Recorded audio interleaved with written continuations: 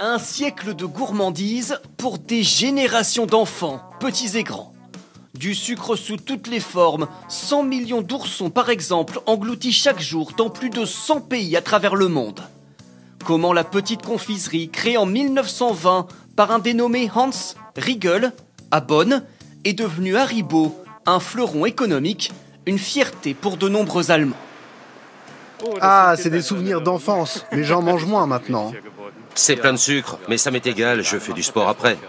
Moi, je préfère les originaux. Je reste fidèle aux classiques. Les petits ours en gélatine, c'est le premier coup de génie d'Hans Riegel. À l'époque, il s'inspire des foires très populaires de l'entre-deux-guerres où l'on fait danser les ours. Des bonbons très vite livrés dans toute l'Allemagne. Mais selon cette spécialiste, si la marque a vraiment explosé, c'est grâce à une prouesse marketing, un slogan qui n'a presque jamais changé. Haribo, c'est pour la vie, pour les grands et les petits.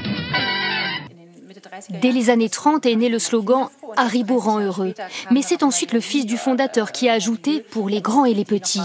Et ça a été un coup de maître, car d'un seul coup, le groupe cible s'est énormément élargi.